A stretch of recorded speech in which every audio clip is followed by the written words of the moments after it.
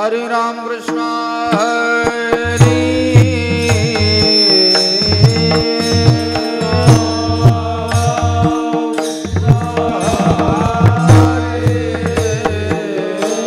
हरे जय जय राम कृष्ण हरे हरे जय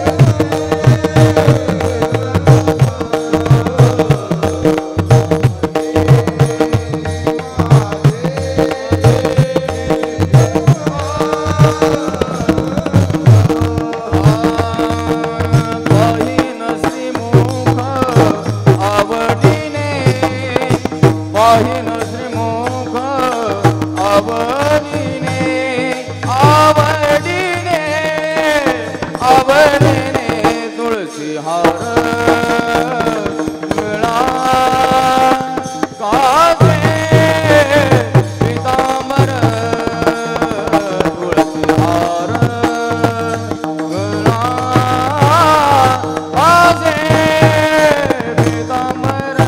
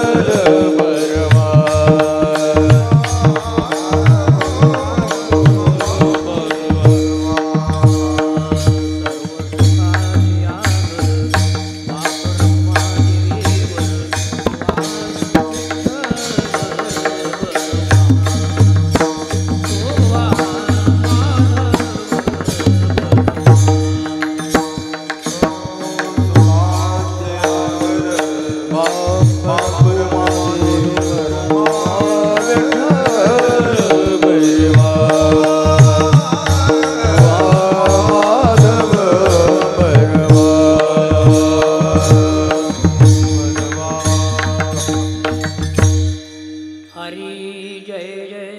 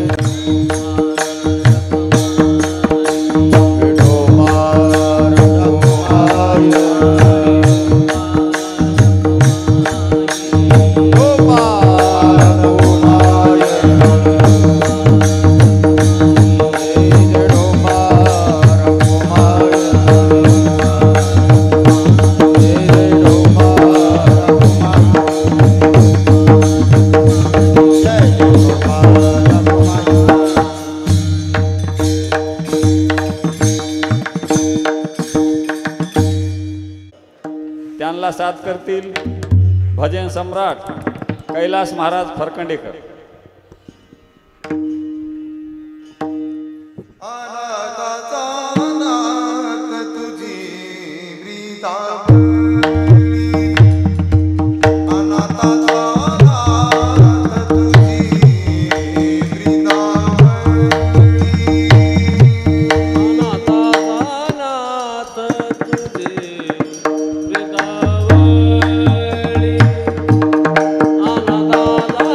Bye.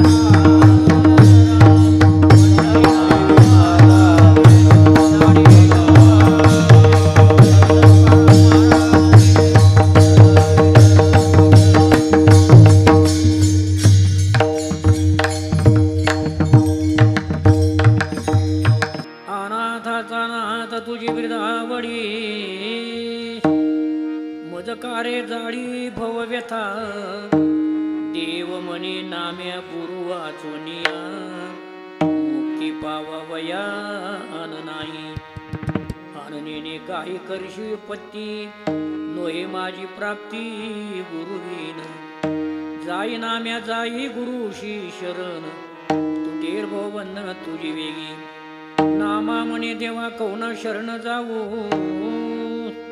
कौना मी होऊ शरणांगत देव म्हणे नाम्या गुरु वाचोनिया मुक्ती पावावया आन नाही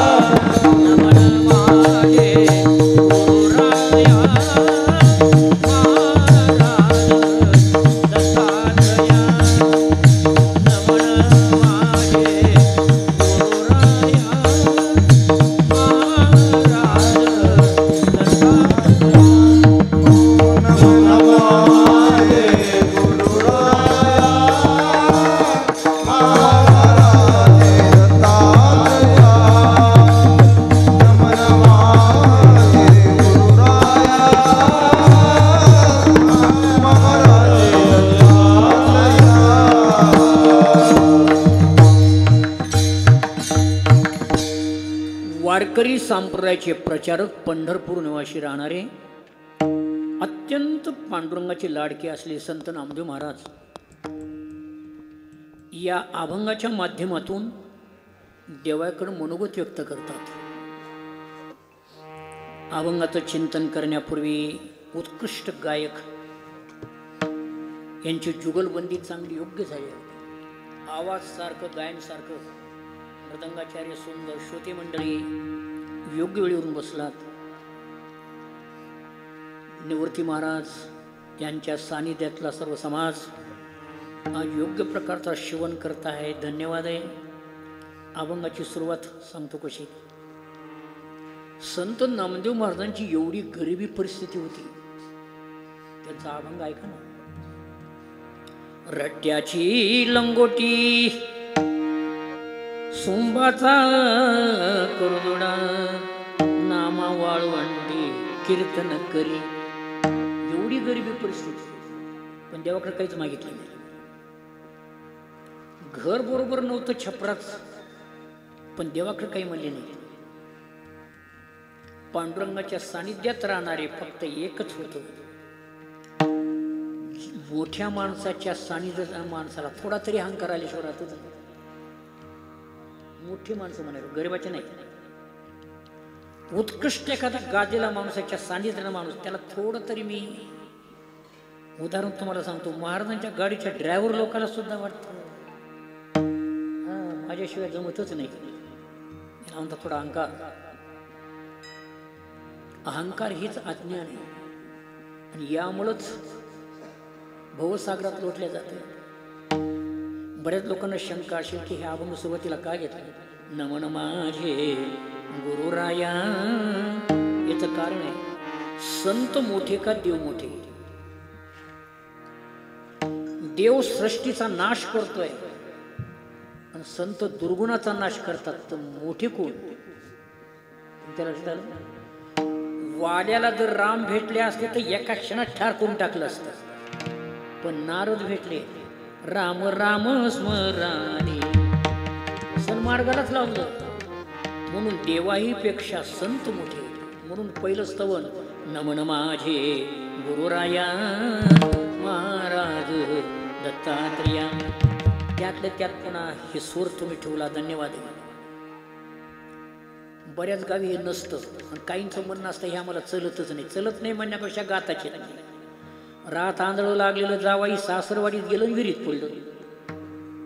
सासरा विचारायला, का मग काय काय मला तळ बघायला, पण रात आंधळ लागलं लागलं. ज्याला हे जमते त्याला काय, याचा काय दोष आहे? हरी जय जय राम राम कृष्ण हरी हरी हरी जय जय राम राम कृष्ण हरी. सूर लागण्यासाठी, कानाला गोड लागण्यासाठी हे वाद्य आवश्यक आहे. आता आपला विषय चाललाय, देव मोठे का संत मोठे? देवानेच ज्यांना मानले म्हणून संत मोठे. उदाहरण आपण असं म्हणत नाही, पंढरीनाथ महाराज पुंडलिकी म्हणतच नाही. पुंडलिक गौरी हरी विठ्ठल सगुरु ज्ञानदेव तुकाराम. अगोदर पुंडलिक संताला मान आहे असं म्हणत नाहीत. महादेव पार्वती पार्वती पदेश्वर महादेव, अगोदर पार्वतीला मान आहे. तसं देवाचं सुद्धा म्हणणं आहे, तेही प्राणा परोदे मज आवडती निरुदे जे भक्त चरित्राते प्रशंसती. माझ्या प्राणापेक्षाही मला संत आवडतात. याचं एकच कारण आहे, निर्गुणातून अव्यक्त पदातून सगुणाला आणणारे फक्त संत मंडळी. थोडासा आमच्या निळोबाऱ्यांचा इतिहास आहे. निळोबाऱ्या थोडं देवाला भांडतात. ते असं म्हणतात, भक्ता बिन देवा लागी, भक्ता बिन देवा लागी,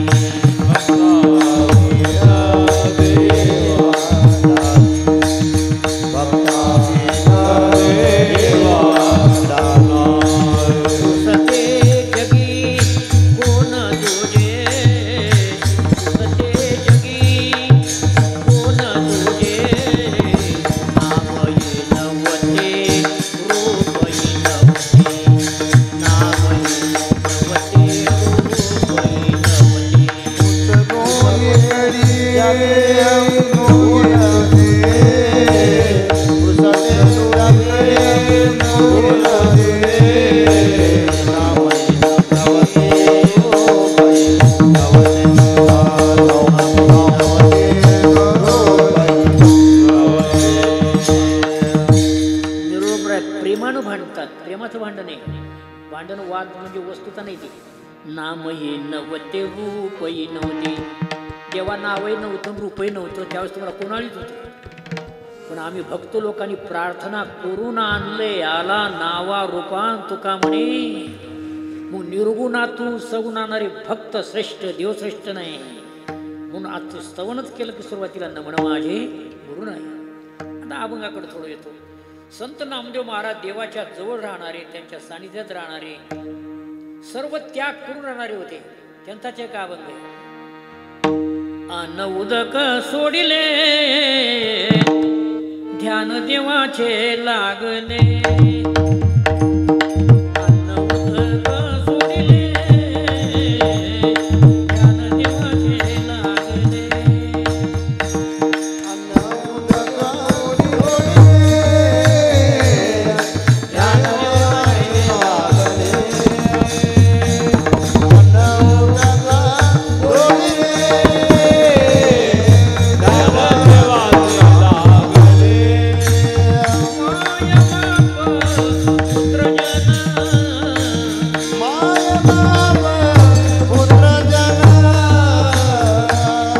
याची आठवण न होय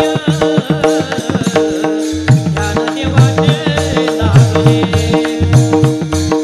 अन्न उदक सोडिले ज्ञानदेवाचे लागले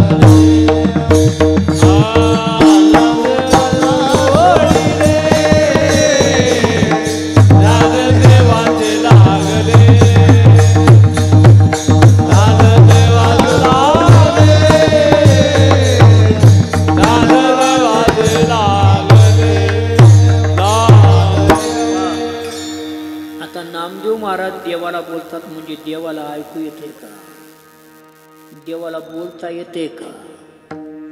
त्याचे मागचे प्रमाण पहा. हस्तिनापूरच्या ठिकाणी द्रौपदीचा छळ चालू असताना एकदाच हाक मारले, कोठे गुंतलाशी द्वारकेच्या राया वेळ का सगळ्या लागेला. ऐकू गेलं भगवान कृष्ण द्वारकी म्हणजे तिथून उडी मारून आली ती म्हणजे देवाला ऐकू येतंय.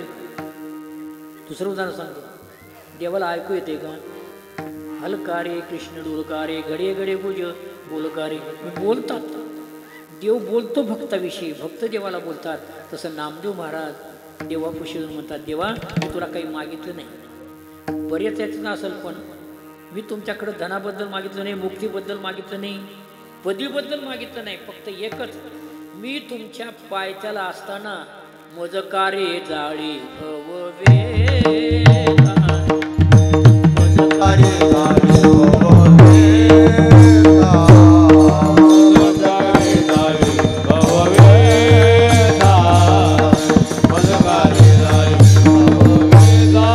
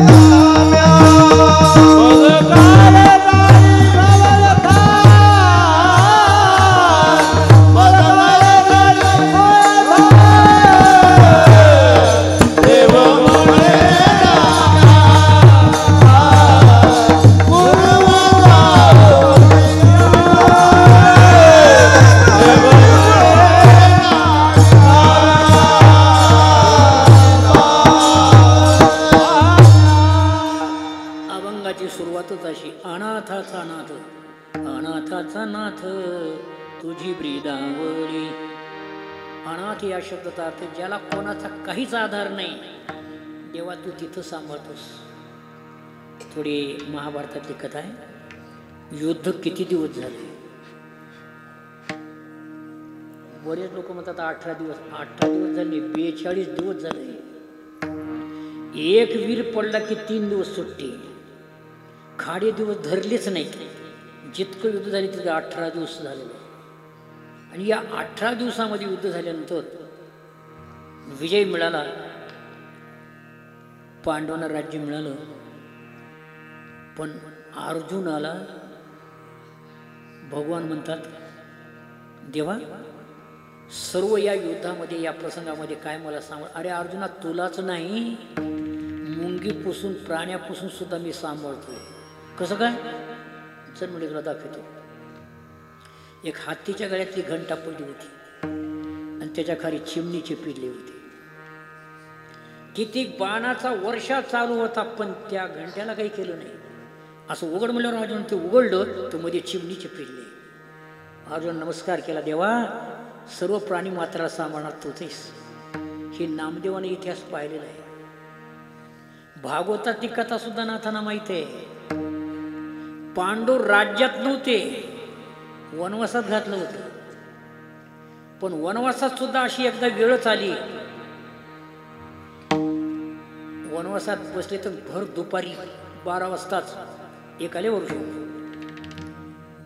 राजा धर्मराज ते म्हणतात, पधारे या, इच्छा भोजन पाहिजे मला आत्ताच्या आत्ता. ते होते दुर्वास ऋषी.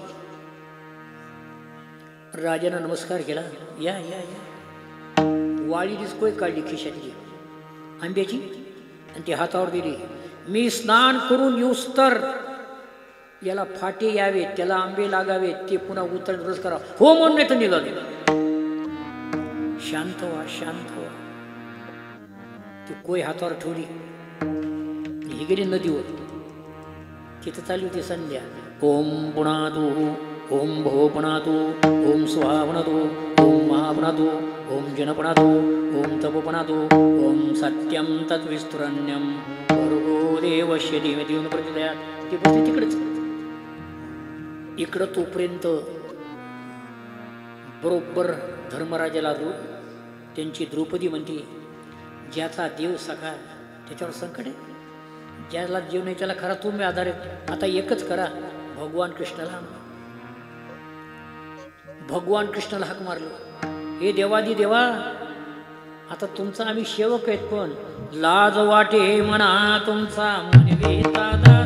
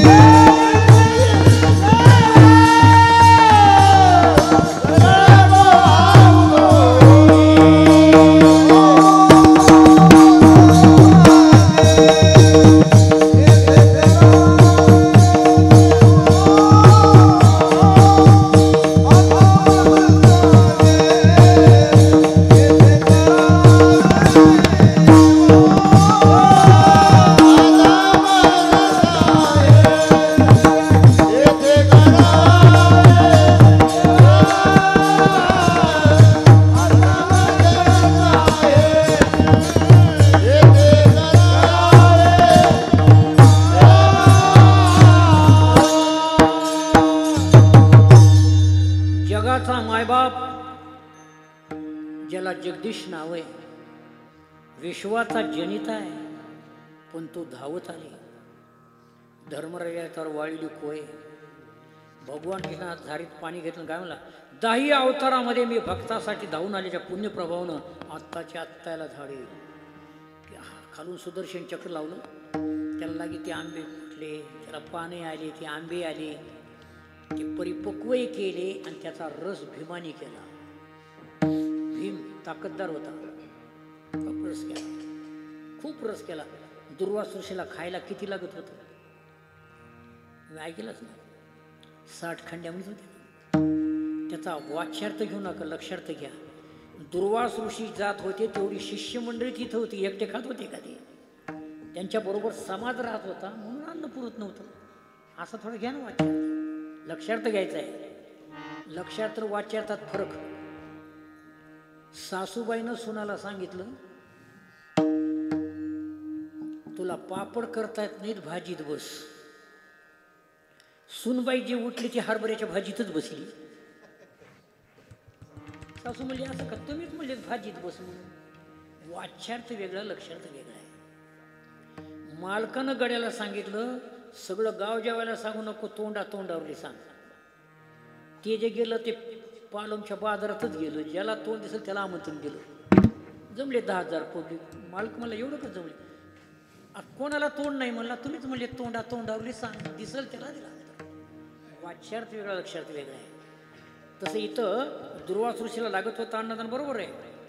पण याच्या हातावरली ते कोय आंबा कुठला रस केलेला आहे, इतक्यात आले, बसा जेवायला.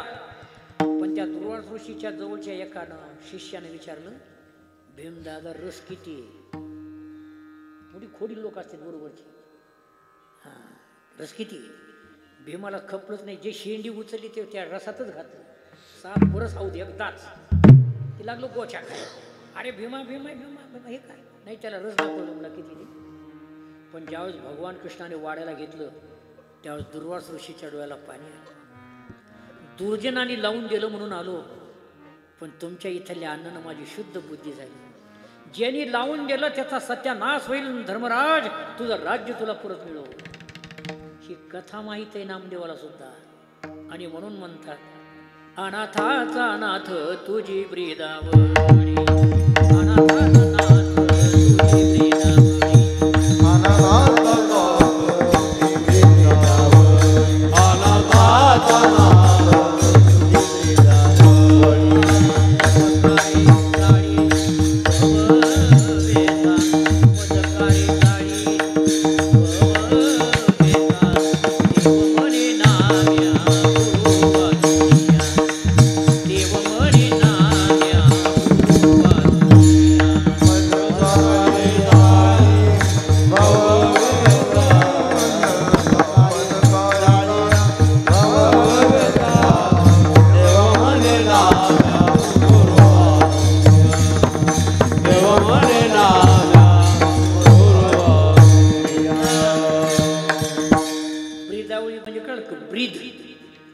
कथा प्रत्येक ग्रंथात आहेत.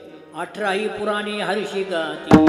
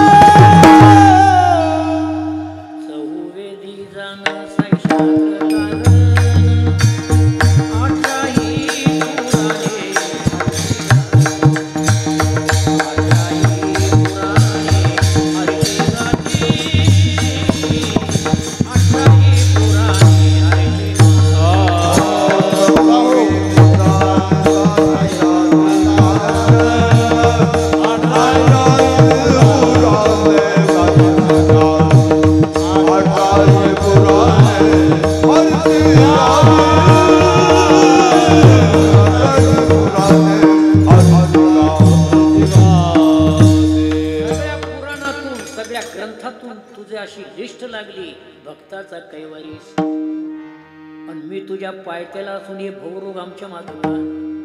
आता भवरोग असा शब्द 700 वर्षापूर्वीचा आहे.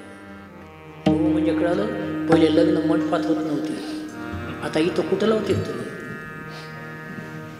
देवाच्या दारात पहिले लग्न होते, आपापल्या घरी चिखलाचं ते भौलं काढायचं, त्याला इकून काहीतरी ठेवायचं, त्याच्यावर वधूवर उभे करायचे, मग चालायचं ते सावधान. ते मंगलाष्टक झाले म्हणजे पुन्हा शेवटी खाली बसून त्याला पाणीग्रहण म्हणतात. असा हातात हात, धर्मेच अर्थेच कामेच अतिचरामे विश्वपुरसर्वभूताना मंगल सुधारण करशे. आजपर्यंत याच्यात नव्हताच, पण आता तुझ्या मागं भवरोग लागला, सगळं आनाच. संसारात कधी कमीच पडतं, कितीही मिळवा तुम्ही, कमी पडल्याशिवाय नाही. आणि दुसरा अर्थ होतो भव या शब्दाचा अर्थ आयुष्य हेच संसार आहे, याच्यातून जन्ममृत्यूच्या चुकातून फेरे, चुकूनच चांगलं. हे आमच्या हरिभक्त मंडळीला चुकवायचं, ऋषीमुनीला चुकता आलं नाही, ते तर म्हणला जन्मालाच नको आम्हाला, मुक्तच बरं. पण हरिभक्तांचं असं प्रीत आहे, पुन्हा पुन्हा माणूस जन्म घेणार, चुकीत नाही, पुन्हा मनुष्य जन्म घेतात. पण नामदेव महाराज म्हणतात आज्ञानातून म्हणतात, देवाच्या जवळ होतात, पण अहंकारातून म्हणतात मजकारी. आता देवाला आरो तर बोलाव, मजकारी बरोबरच्या माणसाला आहे म्हणा, बरोबरच्या माणसाला राम राम म्हणावं, आपल्या पक्षा श्रेष्ठ असलेल्या माणसाला राम राम. नाही तो महाराज लोक पाहून महाराज राम राम, मर्यादाच गेली. महाराजाला राम राम महाराज नाही, धरावे ते पाय आधी आधी लावले कशाला. गुरुर ब्रह्मा गुरुर्विष्णू गुरुर्देव महेश्वरा गुरुर साक्षात परब्रह्म तस्मै श्री गुरुवे नमः. आई वडील नाही तर बापालाच राम राम, मर्यादाच संपली. पाय धरायच्या आधी आणि आपल्या बरोबरच्याला राम राम असं करावं. मजकारे याचं कारण आहे अत्यंत जवळच्या नात्याला आरोतुर बोललं तरी जमते. आईला आवाजावं बोलणं जमते, आई ग म्हण जमते, आई मला वाढ, आई मी गावाला चाललो, आई मला वाडा, अंतर दूर व्हायले.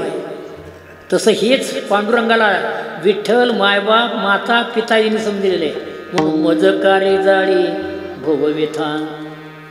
इतक्यामध्ये सगळी संत मंडळी एका ठिकाणी जमली. हा प्रसंग कसा आहे, सगळी संत मंडळी, परिसा भागवत, थापटन गुरुबा काका, निवृत्तीनाथ, ही सगळी मंडळी जमली. आणि याच्यात यांना बोलवून घेतलं, जाईनं गेले ते, पण निरोप दिला. तेव्हा तुमच्या पाय त्याला कुठवर ठेवून देता, त्याचं काही अज्ञान नष्ट करण्यासाठी वाट लावा ना. मग ती वाट लावलं. त्याच्यामध्ये असं ठरलं याच्यातलं गाडगं पक्क कोणतं कच्चं कोणतं. गाडगं का आकारच गाडग्याचा आहे की या मुडक्याचा आहे, गाडग्यासारखा. मग त्याने घेतलं गोरोबाकाने थापटणं. ते थापटणं घेतल्यावर निवृत्तीनाथाच्या डोक्यात मारलं, निवृत्तीनाथ गप्प बसले, दुसरे एक दोघं गप्प बसले. पण नामदेवाकडं पाळी आल्यावर त्यानं असे हात केले, लागले पळायला. धरा धरा म्हणले कच्चे, भाजा भाजा भाजा म्हणले, जे पळत गेले ते देवाकडून म्हणले संत मंडळी माझली बहुत. देवा भाजा भाजा मग बरं झालं पळून आलो म्हणून जमलं. देव म्हणले नाम्या कच्चा राहिलास रे तू, माझ्या पायथ्याला राहिलास, पण तुझा अहंकार गेला नाही अजून, तू कच्चा ठरलास. मग देवा मी तुमच्या पायथ्याला तुमचं ब्रीद आहे, तुमज होय अनन्य शरण, त्याचे निवारी मी या लागी शरणांगता शरण्य मीची एक. अशा शरणांगताला वाईट करता का? त्यावेळेस नामदेव महाराजांचं वाक्याला देव जरा देतात. काय म्हणतात आमचे पांडुरंग, देव म्हणे नाम्या गुरु वाचोनी, देव म्हणे नाम्या गुरु वाचोनी, देव म्हणे नाम्या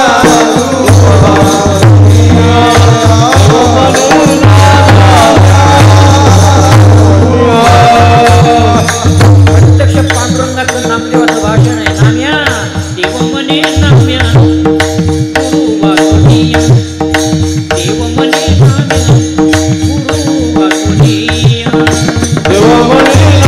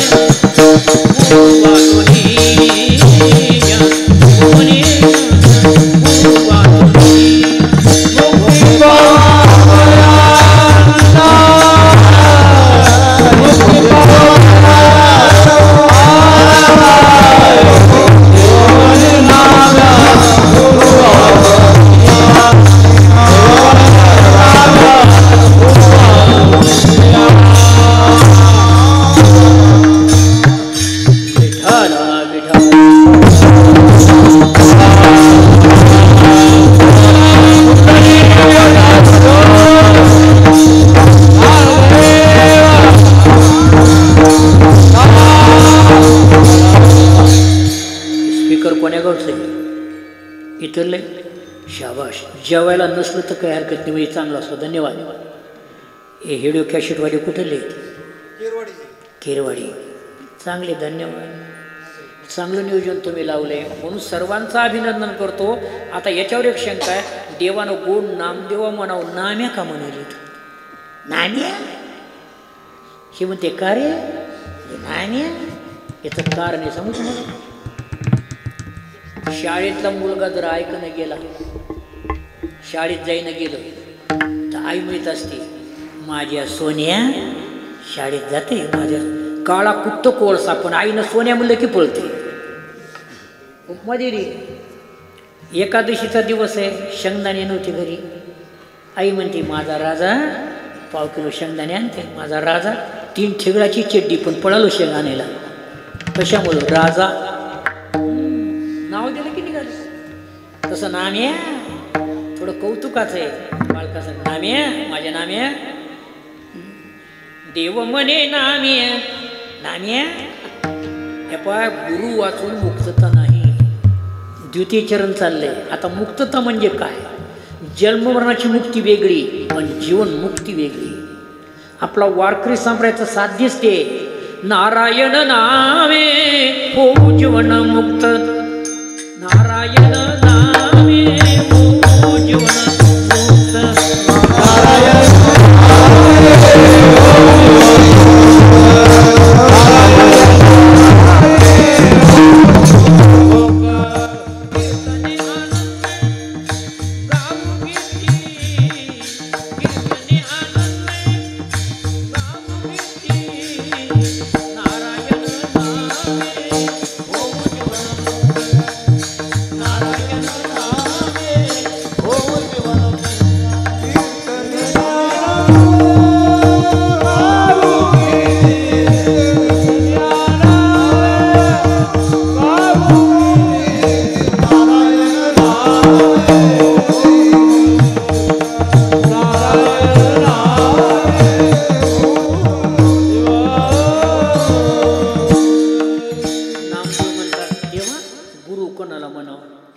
कर्माचे पाय, ज्ञानाचे हात, ज्ञानाचे डोळे,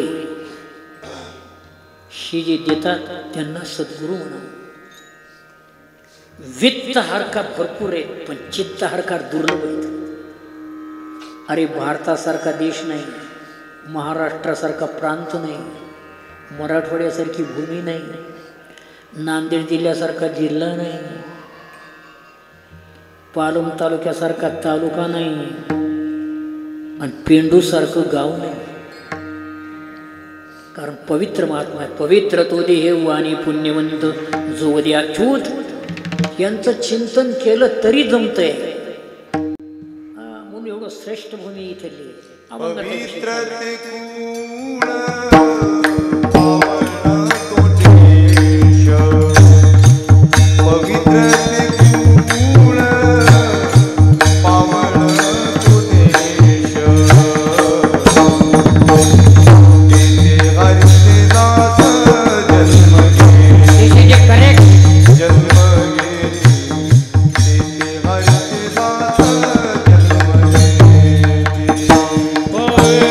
Radhe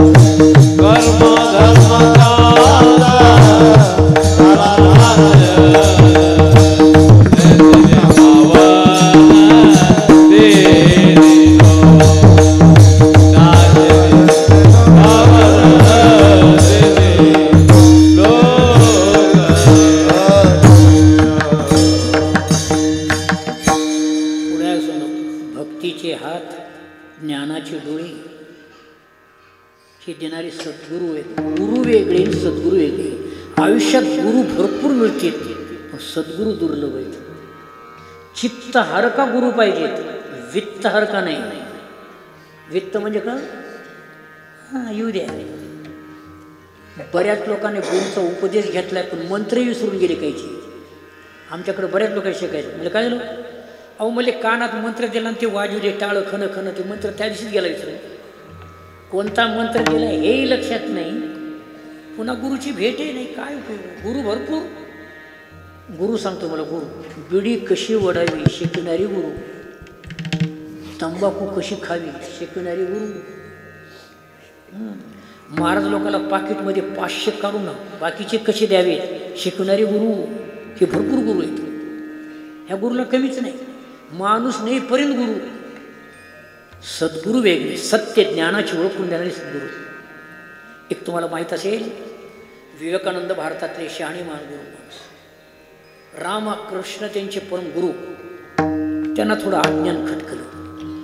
एवढे मी प्रवचन करतो, ज्ञानार्जन जगापुढे मांडतो, पण गरिबी जात नाही. काय करा? कलकत्त्याला गुरु होते, देवी होती. शरणे त्र्यंबके गौरी नारायण नमस्ते. देवी तिथं मस्त आराधना चालायच्या. काही काही गाणी म्हणत बसायची, काही भक्तिगीतं म्हणायची, गोंधळी गाणी म्हणत बसायची. गोंधळा येई ओ जगदंबे चालायची स्वरात. इतक्यात विवेकानंद तिथं गेले आणि महाराजाला हात जोडले. महाराज, तुम्हाला जगदंबा प्रसन्न, काहीतरी नोकरी लावून दे. महाराज म्हणले काही हरकत नाही, तू जाईन देवी कशी मार. मध्ये गेले आणि देवीला हात जोडले. शरणे त्र्यंबके गौरी नारायण जय वरम रोई म्हणजे माग. माग म्हणल्यावर काय म्हणले, देवी ज्ञान दे, वैराग्य दे. नोकरी गेली सोडून. पुन्हा आले. काय झालं? गुरु महाराज गेलो, पण कसं झालं की नोकरी विसरूनच गेली. म्हणजे तुम्हाला जायचं. पुन्हा गेले. शरणे त्र्यंबके गौरी नारायण नमस्ते वरम रोई माग, ज्ञान दे, वैराग्य दे. 3 वेळा झालं. तिसऱ्या वेळेला आले. काय मागितलं? महाराज मी नोकरी म्हणायचं विसरूनच चाललो, आणि ज्ञान वैराग्यच माझ्या तोंड जाईल. हे जर तुझ्या प्रारब्ध असं तर काद होता. आज्ञा निघून गेलून विवेकानंद नाव पडलं. हे गुरु करतात. ज्या दिवशी तुम्ही सामान्य माणसं गुरुकडे जाताल, सद्गुरूकडे जाताल, तुमच्या बुद्धीचा विकास होता. दुर्बुद्धी निघून जाईल, आज्ञा निघून जाईल आणि सद्बुद्धीचा उदय होईल. ज्या दिवशी सुटलेली सद्बुद्धी मृत्यू लोकातले सोन्याचं पाऊल आहे. म्हणून त्याला लांब समजू नका. हरिपाठामध्ये आले दुर्बुद्धीला म्हणू नये, तिला सद्बुद्धीच म्हणावं. बुद्धीचे वैभव अन्य नाही तुझे, आणि एकाकेश्वराजे सकळ सिद्धी. हे सद्बुद्धी शिकणारे सद्गुरू आहेत. म्हणून हे नाम्या एकच कर, गुरु वाचून या मुक्ती पावावया आन नाही. गुरुकडं जा. आपण 2 सांगितले, सद्गुरू आणि गुरु. आता काहीचे मंत्र जे म्हणण्यापेक्षा कानातले मंत्र विसरून गेले, लिहून द्यावं. आता काही लोकांनी माळ घातली कोणा महाराजाच्या हातची, त्यांना गुरु समजून जे मंत्र झाले ते करावं. विसरून गेला म्हणून नका. जाणतेने श्री गुरु भजिजे. रामचंद्र प्रभूंनी गुरु कोणाला केलं? वशिष्ठ. कृष्णाने कोणाला केलं? सांदीपणीला. आमच्या मोतीराम महाराजांनी कोणाला केलं? कधी ऐकलं नाही? ठाकूरबुवा, दत्त ठाकूरबुवा. माळ त्यांच्या हातची घातलेली, तिथून आता मग वाढत चालले सगळं. पण गुरु वाचून नाही, वाचोनी हा शब्द आहे. सगळे पण वाचोनी याला अन्य प्रयोग म्हणतात. वाचोनी, त्यांच्या वाचून नाही. माणसं 10-5 जमले, चांगले जमले, पूर्ण दिला आलेला आहे, पण पाण्यात उतरता येत नाही. तिथं कोण पाहिजे? नावच. म्हणून आयुष्याची ही नाव तुम्हाला चांगली तरुण द्यायची असेल तर नाव किनारे लगा प्रभुजी, नाव किनारे लगा.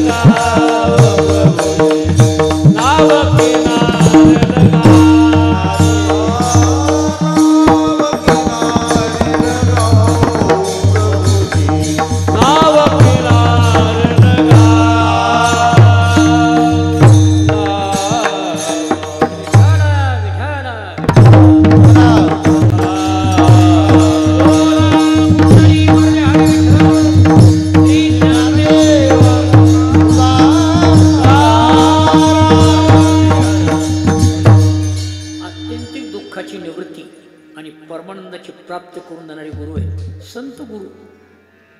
दुसरं उदाहरण सांगतो. देव आणि जीवाचं नातं जोडून देणारी मध्यस्थी संत आहे. देव आणि जीवाच्या मध्यस्थी पूल म्हणजे संत आहेत. पूल एककडे गेला तर देवाचं आणि जीवाचं नातं लागत नाही. मध्यस्थी पाहिजेतच. आपल्या व्यवहारात सुद्धा पाहणं, बैल घ्यायला मध्यस्थी, घोडे घ्यायला मध्यस्थी, देणं घ्यायला मध्यस्थी, महाराजाच्या तारखा घ्यायला त्याच्या शुद्ध मतच नाही. मग हे तर जीव आहेत, हे साधी माणसं आहेत, पण याचं देवाचं नातं जोडणारी मध्यस्थी संतच पाहिजे. थोडा रामायणातला विषय सांगतो. विठाल हा प्रश्न असा आहे, तुम्ही रोज ऐकले.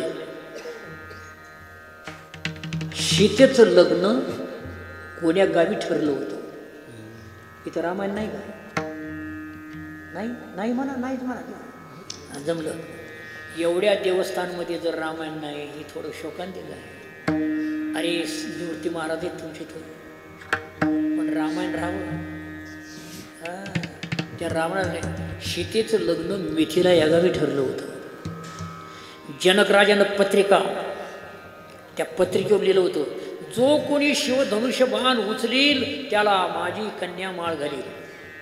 पामपेटा जिकडे तिकडे गेले, जे ते वाचायले आणि काय म्हणायले, सीता माळ घालील पण उचललं तर, तुळशीची माळ चांगली पण घातली तर, कीर्तन चांगलंय पण आलो तर, मुलीला माय सांगू लागली 4ला उठा, सडा सारून करीत जावं, सासूसाच्या आधी उठावं, मुलगी म्हणली नांदायला गेले तर, सगळे जे ते चर्चा उचललं तर. पण थोडा रावण होता खंबीर, आला बा रावण. ते घटपीठ मांडला होता ब्राह्मणाने, जनराज सिंहासनावर बसलेले. जे रावण पळत पळत गेलं ते काय म्हणाले, जनकजी आधी लग्न कन्येचं का अगोदर धनुष्याचं, धनराशीचं? ते म्हणजे डोकं जागेवर आहे का त्याचं? काय लिहिले, जो कोणी शिवधनुष्यबाण उचलील त्याला मुलगी माळ घाली. कन्या 6व्या घरात आहे आणि धनरास 9व्या घरात आहे. आलो वापस आल्याबरोबर सांगितल्याला गेलं, पण तिथे जे जमलेले लोक होते ते काय म्हणाले, गणपती बाप्पा सुख करता दुखरता वार्ता विघ्नाची दुर्वी पूर्वी प्रेम कृपाने. तुम्ही सगळे निर्विघ्न, बाकीच्या लोकांनी कोणी उचलू द्या पण याला उचलू देऊ नका, तुमचं मंदिर बांधू. सगळीच विरोधात गेले. गणपती मला काय हरकत याचं टाकलं ओझ, उचलायला गेलं धनुष्य तर उचलच नाही, आपल्याला राहून गेलं पुढं. काय म्हणते जनकराजे, या एवढ्या दरबारात क्षत्रिय कोणी एकजण नाही, एकजण उचलणार नाही. तेव्हा विश्वामित्र म्हणतात, रामा रामा रघुनंदना, रामा पुढे शहाणे माणसं आपणहून पुढे म्हणत नसतात, विचारल्यावर सांगतात, गडबड करीत नाही. उतार पाण्यालाच खळखळाट जास्त, भरलेले गागर कधीच वाजत नाही. तसं ज्ञानी माणसं ज्ञानेश्वरीमध्ये बघा, का फळल्या तुरुची शाखा सहज भूमीश उतरी रेखा, तैशी जीवन मात्र शिका खालावते ते. राम उभा टाकले, धनुष्यबाणा नमस्कार केला आणि ते नमस्कार केल्यावर काय काडकिरी वाजलं, टाळ्या वाजल्या. शेतीला उभं केलं. नवरदेव कुठं उभं करते, पाटावर का चौरंगाव? कारण आपल्याला माहित नाही, आलं निरंजन मामल्याचं. चौरंगावर उभं केलं रामाला. सीता इकडे आली, ते सुरू झालं, सावधान स्वस्ती. मंगलाष्टक झाले. माळ कोण घालावी, नवरीनं घालावं की नवरदेव? नवरीनं घालावी. सीतेनं अशी माळ वडे केली की गळ्यात जायचं ना, राम वाकच नव्हतं. शेवटी जनकजा म्हणतात, शकुन्या कोणी त्यानं पुढे यावं. गेले. लक्ष्मणजी आज एवढ्या दरबारामध्ये माझ्या केवढा अपमान आहे, आपल्या भावाला जरा वाकवा, आपल्या भावाला वाकवा. जनकराजा कमी होते का? जनकजी गेले. भैया देखो, आज क्षत्रिय वंशाला लाज वाटण्यासारखं करू नका, थोडं वाकणं. काय मला लग्नच कॅन्सल झालं तर हरकत नाही, पण ती भर वाकणार. लक्ष्मणाला पेच पडला, डोळ्यातून अश्रू आणले आणि पायावर नमस्कार केला. लक्ष्मण वाचला की राम म्हणजे लक्ष्मण आहे काय केलं टाका वहिनी माळ म्हणला. रामाचं सीतेचं नातं जोडणारा फक्त लक्ष्मण आहे. तसं या जीवाचं आणि देवाचं नातं जोडणारे कोण आहे? संत मंडळी आहेत, गुरु आहेत. म्हणून आमचे शेणा महाराज म्हणतात जीवासु जीवासु कठोर झाले, जीवासु कठोर झाले, जीवासु कठोर झाले,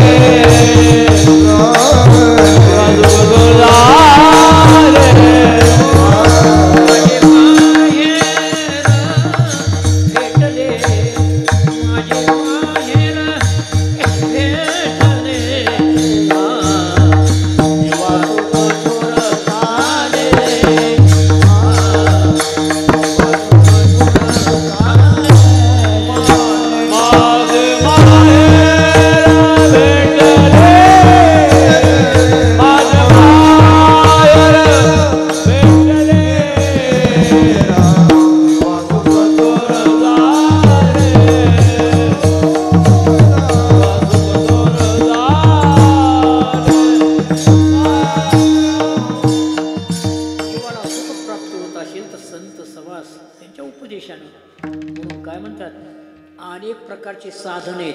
यम नियम ध्यान धारणा समाधी याला अष्टम योग म्हणतात.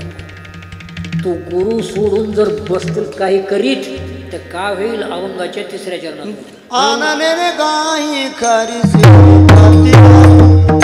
आनने गाई खरी से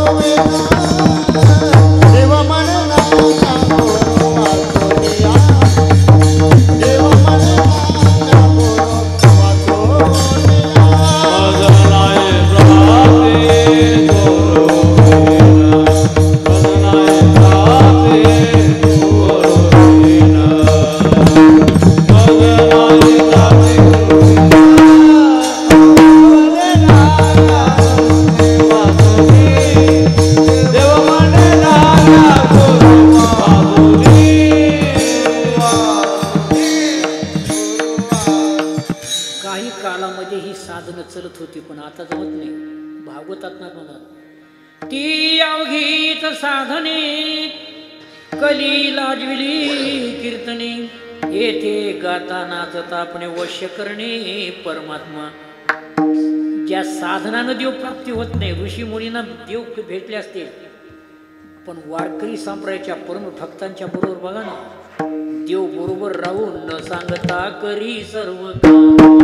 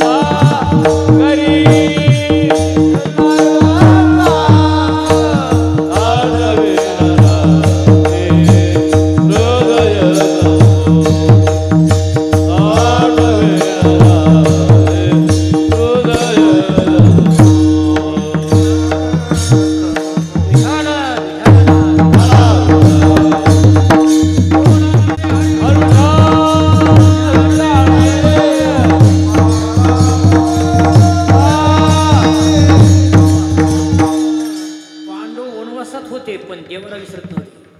पहाते पांडव अखंड वनवाशी, परी त्या देवाशी आठविती. राजूशी यज्ञ ठरला आणि त्या यज्ञामध्ये असंख्य मंडळी जेवायला येऊ लागली. पण कुठं कमी भात, कुठं वरण कमी पडायचं काम भीमाकडे होतं. भीम म्हणजे आडभंगच होतं ते. त्यानं गदा घ्यायची आणि फिरायचं सगळीकडे. टाकून देईल तर गदेचा ठ्याका देईल, टाकून देईल तर गदेचा ठ्याका. दुसऱ्या दिवशी लोक नका नका नका नका इतकंच पुढे झालं. लोक घ्यायच ना पुन्हा. याच्या ठ्याक्याला घेऊ लागले ना कोणाच्या भीमाच्या. नका नका नका. देवाच्या लक्षात आलं हे भीम फिरायले, लोक कमी जेवायले. आता हे याला सांगा तर पटणार नाही. सोनाराच्या हातानं कानं दुखत नाहीत म्हणते. तसं आमच्या वारकरी संप्रदायामध्ये वारकरी पोशाखात शोभणं हे चांगले ते कीर्तनकारांनी सांगा. जोग महाराजाच्या संस्थेसारखं पोशाख असावे कीर्तनकारांनी सांगावं, बाकीच्यांना जमत नाही. काय विषय झाला हे. एक दिवशी म्हणून लागले भीमा इकडे ये रे, इकडे का. सगळं जेवायला यायले कोण नाही, पण एक डोंगरात ऋषी आहे आणि ते जेवायला येत नाही. घर मालक गेल्याशिवाय जेवायला येत नाही म्हणून. जाऊ जा. गदा घेतली निघालो. राईट जोरात भीमाला अंकार होता. ते ऋषी डोंगरात बसलं होतं आणि त्याचं तोंड होतं डुकराचं. लपलं करायला गेलं भीम. ए तुला असं तोंड काम झालंय. म्हणला पूर्वी पंक्तीत बसलो की काठी घेऊन पडायचं, टाकून दिलं तर ठ्याका देईल म्हणायचं मी. त्यानं मला तोंड असं झालं. आणि भीम म्हणला माझी कथा तीच आहे की. मग आता आलो साष्टांग देवाला नमस्कार. देवा बास झालं माझं काम. आजपासून उद्यापासून कोणालाच म्हणणार नाही टाक. येतेच चखा बाबा. टाकलं तर टाकून द्या. कोण केलं काम? देवानंच काम केलं. न सांगता करी त्याच्या अंतर्गत भाव कमी केला की नामचिंतनाचं महत्व आहे. परितयापाशी पांडवा मी हरपला घेऊसावा म्हणजे येथे नाम बरवा करी माझा. मग नामदेव उभा टाकले तर हात जोडले. कसं करू, जाऊ का नको? होय देवा कसं करू, जाऊ का नको, कसं करू? दोनदा तीनदा विचारले. त्यावेळेस नामदेवाला देव काय म्हणतात, चौथ्या चरणात जाऊन जाई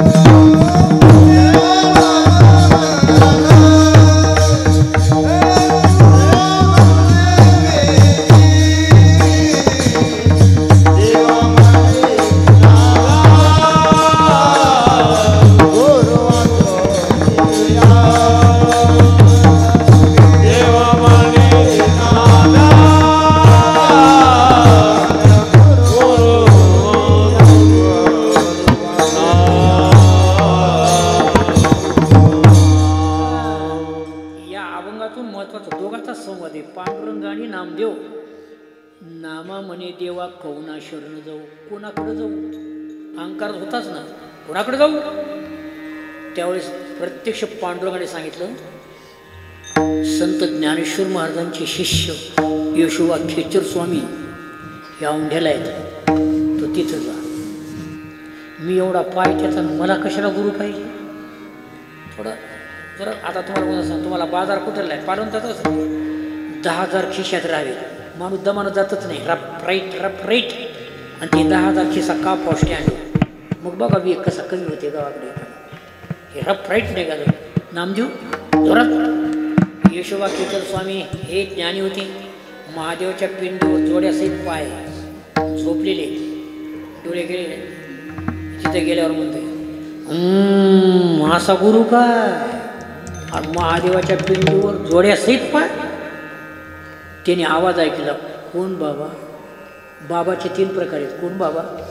मला नामदेव म्हणतात बाबा. नामदेव म्हणजे अहंकार गेलाच नव्हता. सकाळपासून वाट पाहिलो बाबा, म्हातारपणी असंच आहे, कोण व्यवस्था करते? जिथं महादेव नाही तिथं माझे पाय ठेवून राग उचले ना, गप्पने उचलले, रागच आला ना. थोडं पूर्व पश्चिम दक्षिण उत्तर आग्नेय वायु नैऋत्य ईशान्य खालतं वरतं डोंगराकडं गंगकडं काय तिकडं ठेवून पाहिलं. जिथं ठेवलं महादेव सोडीनं पाय, आणि ते पाय सोडल्यानंतर मात्र डोळ्यातून अश्रू आले. पायावर नंतर मस्तक ठेवलं, डोळ्यातले अश्रू बाहेर येताच यशोबाच्या डोक्यावर असा हात ठेवला आणि तोंडातून सहज निघाला, बाबा अहंकार निशिघन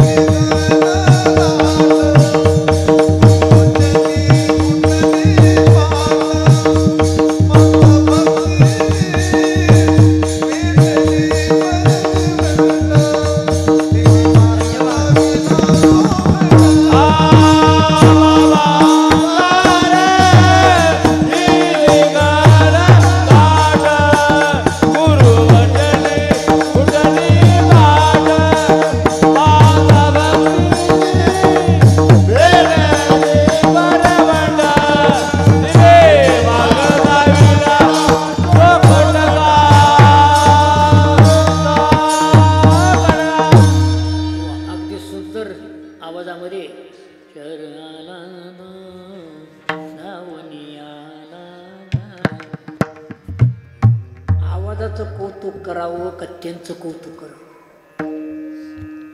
नाही करायचं. आवाजाचे कौतुक करू नका, त्यांचे कौतुक. त्यांच्याकडून आवाज काढून येणारा पांडुरंग परमात्मा आहे. मला बरेच लोक म्हणतात तुम्ही कुठे शिकले तेवढं, सूर कसा? सांगितलं त्यांना. सातारकराकडून सूर शिकलो, मोतीराम महाराजाकडून आचरण शिकलो, आशिगावाकडून विचार शिकले आणि मारुतराव महाराजाकडून कीर्तन कसं करावं शिकलो. विठाला सुंदर वाजे कसे गब्बस माऊर गडवाली अम्मा, माऊर गडवाली, माऊर गडवाली अम्मा, माऊर गडवाली, तुमकद तुमकद अम्मा माझी माऊली, माऊर गडवाली. साथ सांगितले पेटीचं कौतुक, कुणीकडे स्वर लावता येत नाही. यांचं कौतुक करण्यापेक्षा यांच्याकडून वाजून घेणारा परमात्मा आहे. बासरीचं वर्णन करू नका, बासरीतून गुण काढणारा परमात्मा आहे. तसं मृदंग्याचं कौतुक, गायन करण्याचं कौतुक, हे पेटीवादाचं कौतुक तो करून घेणारा परमात्मा आहे. मला एखाद्या विचार तुम्ही कोण आहेत? मला पहिले गोंधळीत. मागच्या जन्मातले संस्कार या जन्मात कळतात. मागं काहीच नाही केलं तर बघा नाही, मागे बहुत जन्मी हेच करिता आलो आम्ही. सगळ्याला जमते का? जन्मोजन्मी आम्ही बहु पुण्य केले, जन्मोजन्मी आम्ही.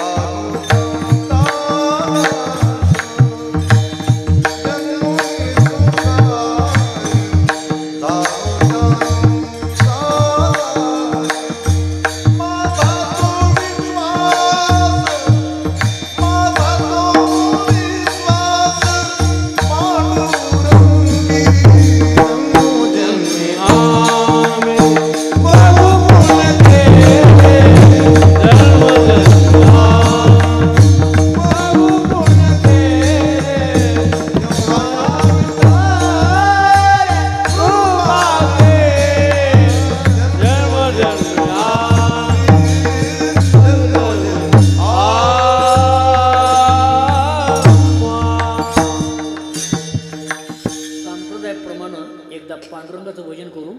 नंतर ज्ञानेश्वरी माऊली झाल्यानंतर जे काही परगावचे राहिले त्यांना थोडे गायनाची संधी देऊ. हरी जय जय जय हरी जय